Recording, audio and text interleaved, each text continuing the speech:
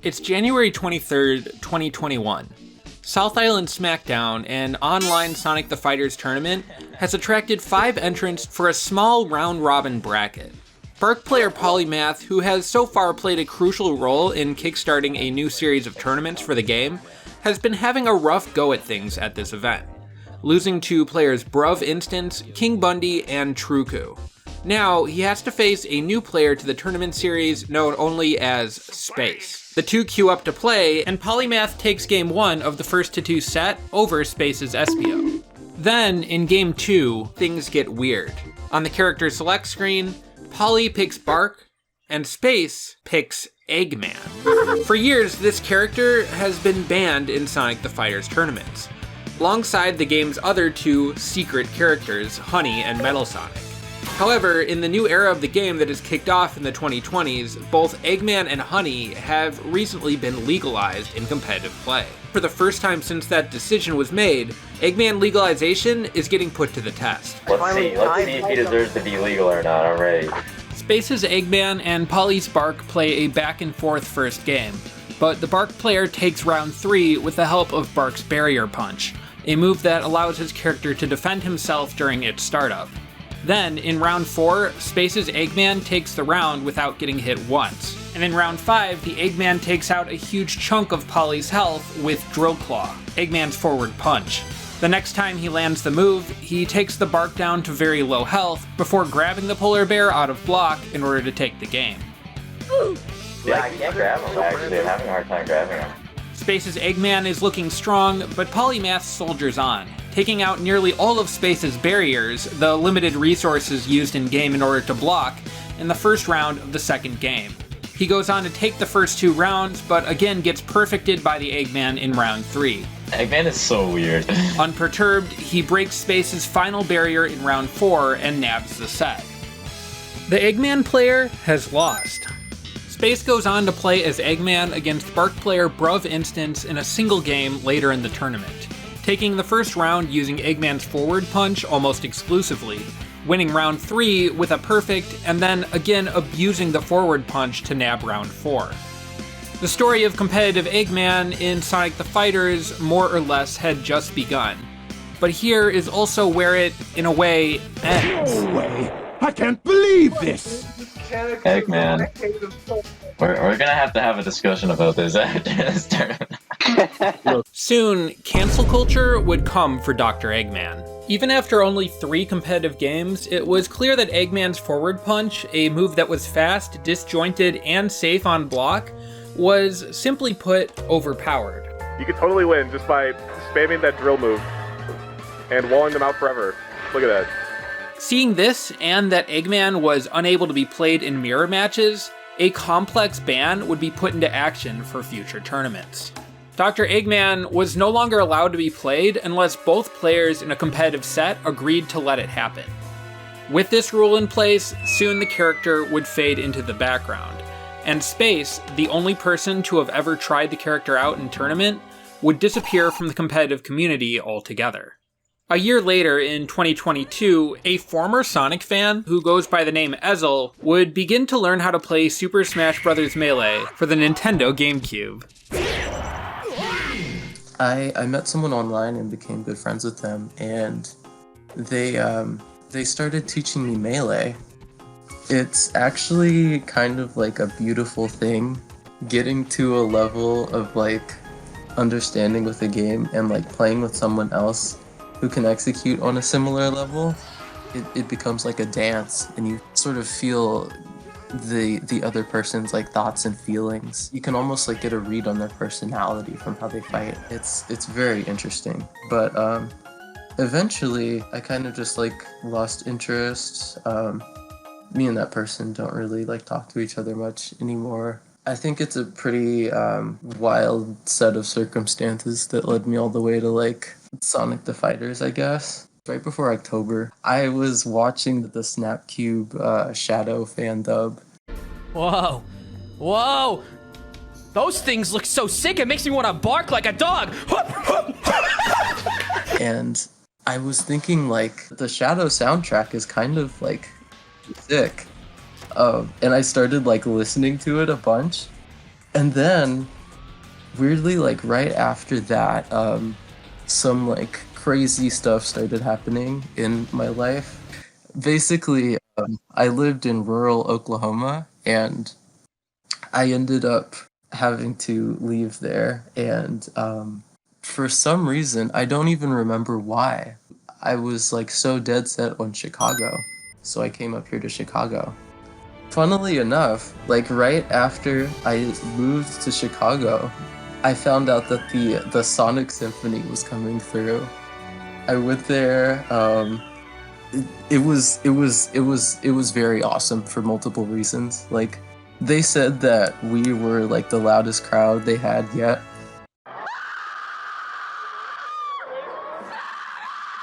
So Act 2 rolled around, and I Am All of Me, they started blasting it, and like I screamed at the top of my lungs because it was like every single thing in the universe was like lining up and coming to fruition, just because that song had like become my personal anthem after the stuff that had happened to me.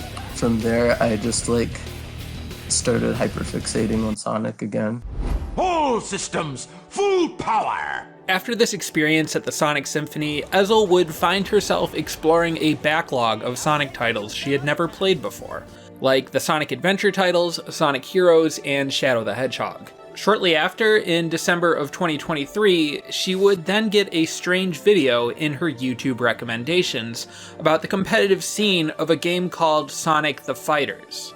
Having played Melee, it kind of activated a few neurons because I was like, whoa, this has the energy, this has the vibes, and it's Sonic.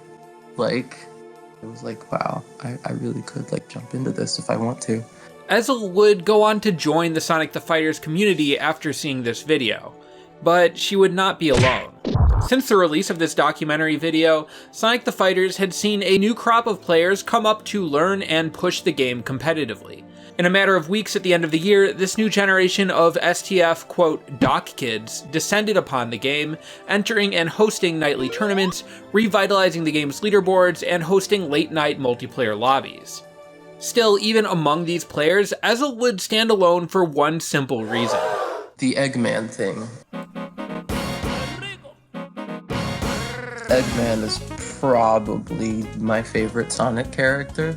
I like the raw charisma and like the sheer bold-faced determination makes him throw out all of his genius brain power to throw giant robots at Sonic. I see a little bit of myself in Eggman.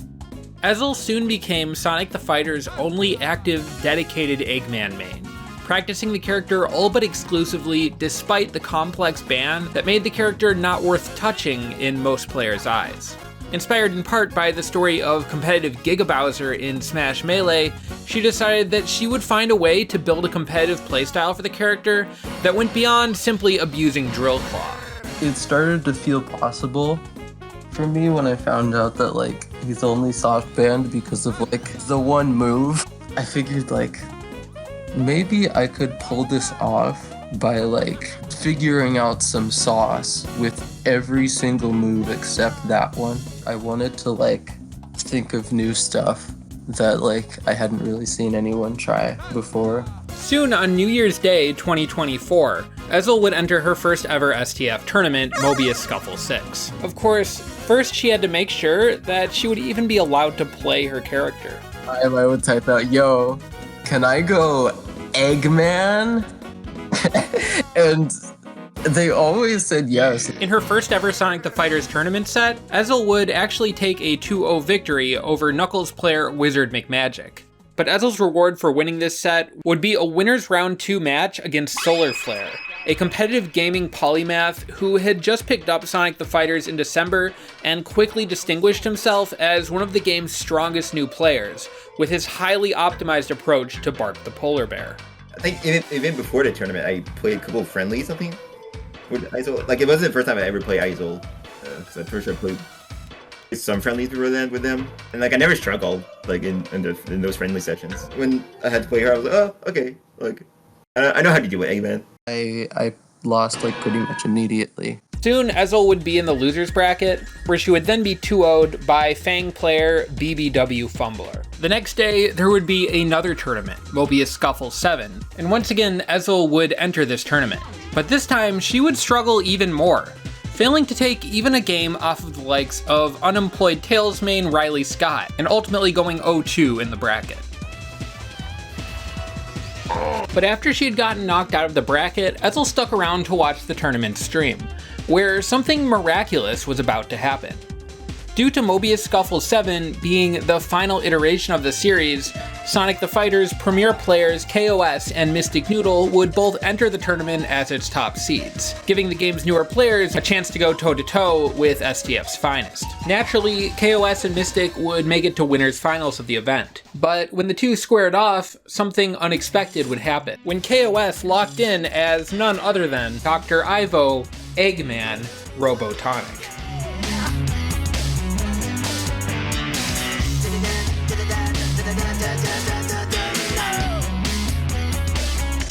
The story begins with who's gonna win, knowing the danger that lies within.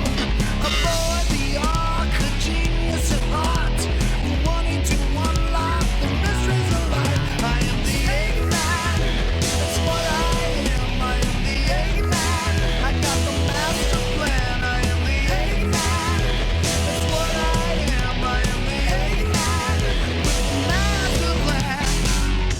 I'm plotting my schemes wherever I go. They're perfect in every way. I love to destroy the blue one to know. He's an obstacle that always gets in my way. I must play this game by my rules. I will conquer the world with my tools. All my machines are made for destruction. I will build my empire. I will succeed, and you will see.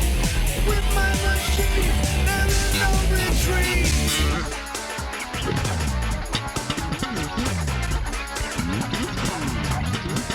I am the Eggman. That's what I am. I am the Eggman. Got the master plan. I am the Eggman. That's what I am. I am the Eggman. I got the master plan. In the two's first set since Mobius Cup 2023 in October of that year, K.O.S had defeated Mystic Noodle with the semi-banned Eggman. In the end, Mystic Noodle would still win the tournament, however, clutching a nail-biter loser's set over SolarFlare, and then taking 2 sets over K.O.S, who opted not to use Eggman in Grand Finals. But then, once the finals were over, the two decided to simply keep playing, with every game between the two players featuring, once again, Dr. Eggman. For EIZL, who had never seen her character be played at a high level before, this was a transformative moment for her playstyle. I really loved seeing that because I was like, holy shit, this is kind of like a super rare occurrence to see top players showcasing Eggman sauce. That was really where I got most of my game plan from, was from things that I learned by watching them. From watching these games, EIZL would begin laying out a blueprint for what could make Eggman work without forward punch. She would soon decide that central to this plan would be Eggman's jab string. Jab to win, baby. Active on frame 10, the first jab of this string is one of the fastest front-facing normals in the game, and it links cleanly into its second hit. The main issue is Eggman's third jab, which lasts longer than the first 2 and can easily be punished when whiffed. If EIZL could find a way to avoid using this move, Eggman could become a fearsome force, and it seemed like K.O.S had already gotten a handle on that, often using the 1-2 of the jab before transitioning into a sidestep, grab, jump, or other action. EIZL was unsure how to not mistakenly input the third jab, but reading up on mechanics in the STF Discord, she soon learned that by pressing the game's block button after jabbing twice, she could actually use a buffered barrier to end the string earlier and ensure that a third jab would never come out. Now she can loop jabs 1 and 2 into themselves, and use the third jab as a KO option.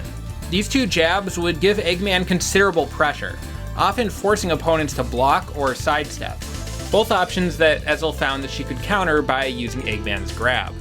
After throwing in the occasional stomp dive as a mix-up, EIZL found that she had a few decent options that she could use against her opponents. Not content here, EIZL also started exploring the potential of Hyper Mode for Eggman, a state in the game that allows players to sacrifice a barrier in order to string together attacks rapidly. Hyper Mode can be a complex thing in Sonic the Fighters, reducing the strength of users' attacks while it is in effect, but allowing players to hit combos and pressure against block in a way that would otherwise be impossible. Every legal character in STF has access to Hyper Mode, but Eggman uniquely has no access to Hyper Start, the move that activates Hyper while on the ground. Finding spots to activate Air Hyper, Eggman's only feasible method to activate the mode, proved challenging, however. Still, EIZL would eventually find an answer for this as well.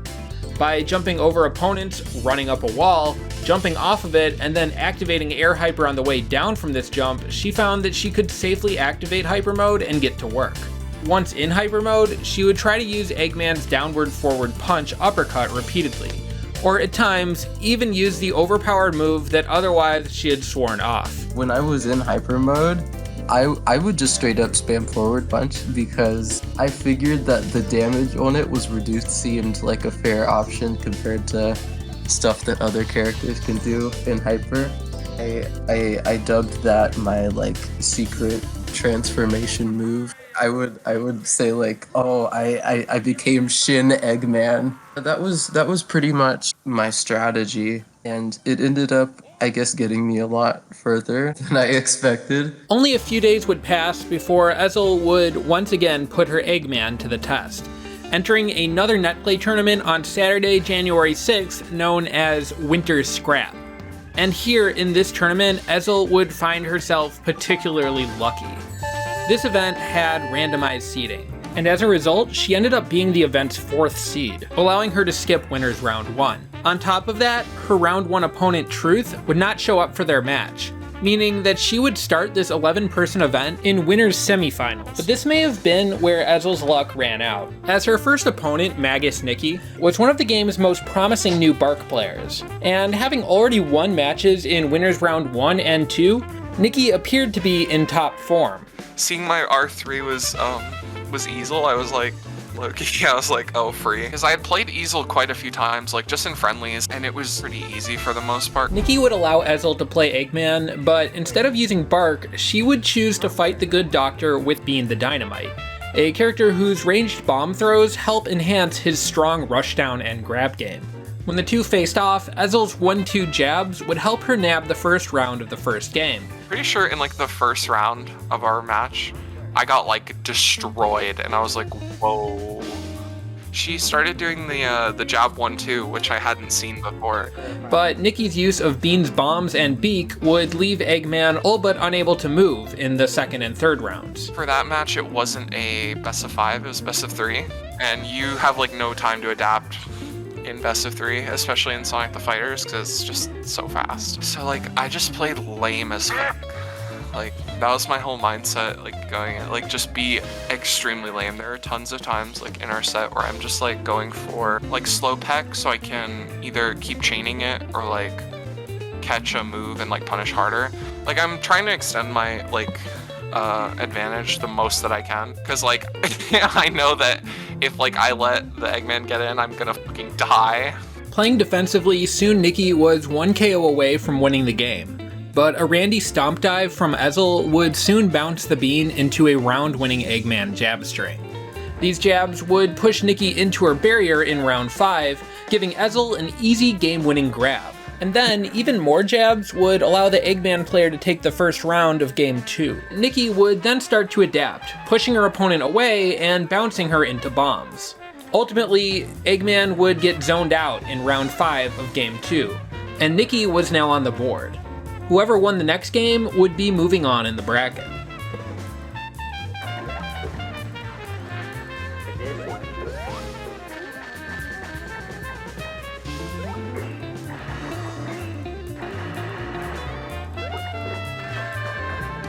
Just as in games 1 and 2, This game would end up going down to round 5, when EIZL, after finding a 2-0 lead early in the game, dropped rounds 3 and 4. Nikki had momentum on her side, but Dr. Eggman never gives up.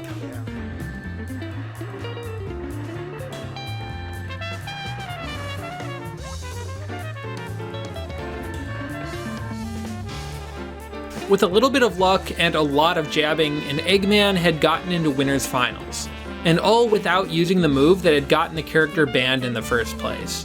That said, it looked like EIZL's winners run would soon be coming to an end, as her next opponent was SolarFlare. This player, who had defeated EIZL at her first tournament earlier in the week, had only been playing STF since December, but had quickly become one of the game's strongest active players, even challenging some of the game's veterans with his fearsome bark. Seeing that, like, I had to fight them again, I was like, okay. I definitely had been, like, developing a lot of strategies specifically to counter things that I had lost to in the previous, like, tournaments and stuff. EIZL wasn't sure if she could actually beat SolarFlare, but she was ready to show him what she had learned since the last time they played. As for her winners finals opponent, he was confident that this set against the Eggman main would go the same way the first did. I was feeling like really good because the last time I fought them, I didn't struggle at all. So I was like, it's pretty easy. I don't think I'm gonna have any issues. Both players then would be surprised by what actually happened in Game 1, as EIZL quickly took the first 2 rounds of the first game. It wouldn't be long before, against all odds, she had taken Game 1. Not gonna lie, I owe a lot to those jab combos.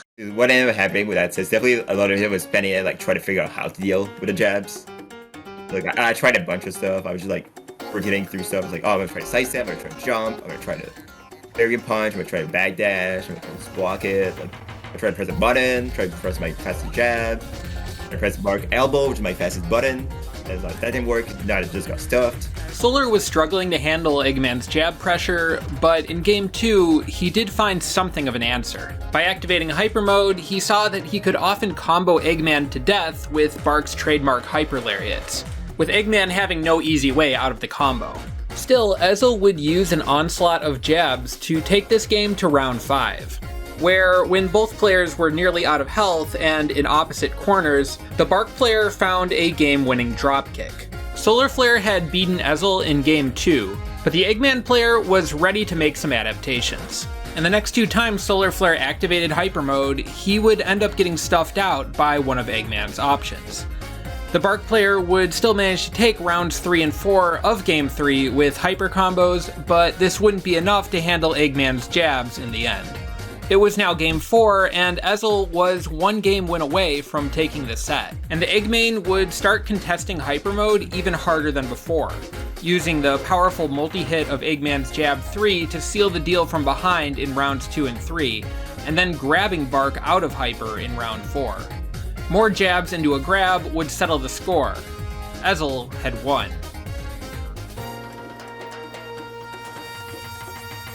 Yeah, no, EIZL smacked the fuck out of Solar in semis. I remember that.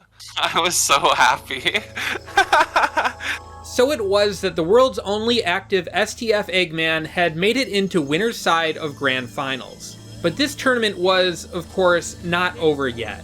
SolarFlare would soon win a loser's final set against MagusNikki to rematch EIZL in Grand Finals. And with the Bark main having time to prepare for the matchup, a hashtag egg sweep was far from inevitable. After all, SolarFlare was a great player, but he was often at his best in the loser's bracket. Like whenever I start losing, I don't get like pissed or like sad or anything. I kind of just like, I might get a little annoyed at myself, but I'm never like in my own head. I'll be like, okay, I lost, that's my fault, let me try to figure it out. And before the next game, I'm like, okay, this happened, let's try this. Alright, I have a game plan, let's go. Next game. If I lose the set, then it becomes even more, then I'm like, okay, I have all this data, let me like really take time. Right now I have time, instead of like between games where I like have less time, so I kind of just like shoot a bunch of options in my head, like I just like throw them at the wall, I'm like, okay, this, let's try all these. These kind of make sense. It happened a couple of times in other tournaments where I would lose and I would come grand, I was 6-0. Because like I would figure it out, I'd be like, okay, I know what to do. I really thought about this. I have a way more like solid game plan to go into the set. One of these cases had happened earlier in the same week, at Mobius Scuffle 5, where he and MagusNikki had shared a tight winners finals match. It was 3-2. And, like, it was such a close set. I think he actually fucked up, and I won the game off of it. Like, he just made, like, an error in his execution. But, like, still, it was such, like, a good moment for me. To be honest, I put in so much, like, mental energy into beating him in winners when Grands rolled around. Not only was it a 6-0, but, like, I remember it just being a fucking, like, a shit stomp. Like, he just actually rolled me. Probably after, like, 2 games, I was like, yeah, like, I'm doomed. When he's in the zone, it feels like impossible to beat him. Like, he just pushes his advantage like so far, and like he doesn't make mistakes. Solar will make insane adaptations and like just learn how to implement things that will like beat what you like to do. That's brutal, bro. Every game so damn close. When I realized that I was in grand finals, I was like, oh yeah, it's gonna be a straight up no holds bar duel with my Eggman versus SolarFlare's Bark. And it was at first, certainly. So, okay. Going into grand finals, SolarFlare would attempt to beat EIZL's Eggman by leaning heavily into hyper mode.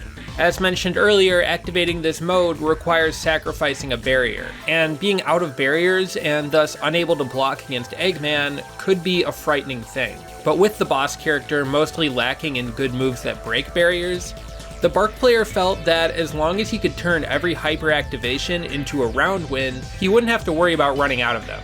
I was like, oh, I don't super care about my barriers to complete. Like, you can stay at one barrier. I don't think there's much risk of losing it. Playing aggressively, SolarFlare soon found that he had taken the first game of Grand Finals over EIZL. Even then, he still wasn't quite sure what to do about EIZL's jabs.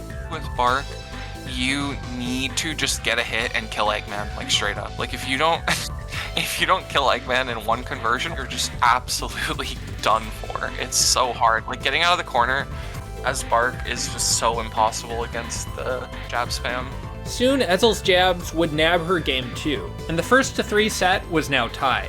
It was Unstoppable Force versus Unstoppable Force, but after EIZL found a reversal in round 3, she found herself 1 KO on Bark away from winning the game. Solar would grow desperate, and in round 4, he used his last barrier to activate hyper mode. Soon he had taken the game to round 5, but at what cost? Now unable to block or use Hyper Lariat, Solar would still manage to take EIZL down to low health in round 5. But once the Eggman player used her own hyper mode to catch SolarFlare in the corner, she was able to use Eggman's Jab 3, a multi-hit move that normally pushes players back, to its full potential. No way, dude. No way, man. EIZL was 1 game win away from winning Winter Scrap. And at least in the moment, it looked like there was little Bark could do to contest Eggman's offensive pressure. So, SolarFlare did something that he had never done before. It's the first time I was switched in tournament. First time not playing Bark. I literally, like, mentally completely forgot about the possibility of counterpicking. Wait, what, the tail? Tail? So clearly, Bark can't really deal with the 2 PP like super walls. I was like, I feel like Tail just has faster buttons, which he definitely does, and like my Tail's not that good, but I think it's like a character they don't really need to like have. Like I can just use my fundamentals to play the character. Yeah, I definitely didn't expect the Tails. The Tails threw me off guard quite a bit. I was sweating. I was physically sweating a lot. Tails, the game's smallest character, can avoid hits that no other character can. And using this and the character's high damage punch combos and grabs to his advantage, SolarFlare had soon taken EIZL to game 5. But the Eggman player was making adaptations.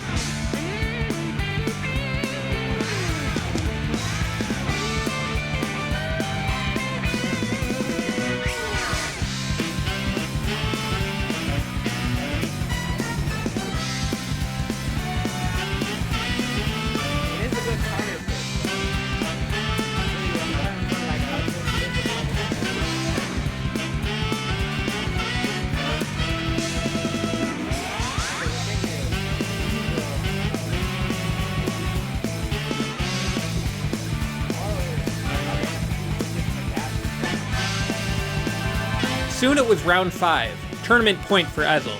And here, a possibly unintentional use of Eggman's forward punch would drain much of SolarFlare's health. But the Tails player would soon take the lead. EIZL would then land a big grab, but it wasn't enough. With mere pixels of health, SolarFlare had reset the bracket. That includes bracket resets. Thing is, SolarFlare is gonna have to win like 3 more. So EIZL. Whoa! We got the hang. After the Tails game, I was like, Tails is not gonna work. Like, I am not confident that my Tails is good enough because like they're gonna adapt to my Tails. I'm not gonna adapt because I don't play Tails.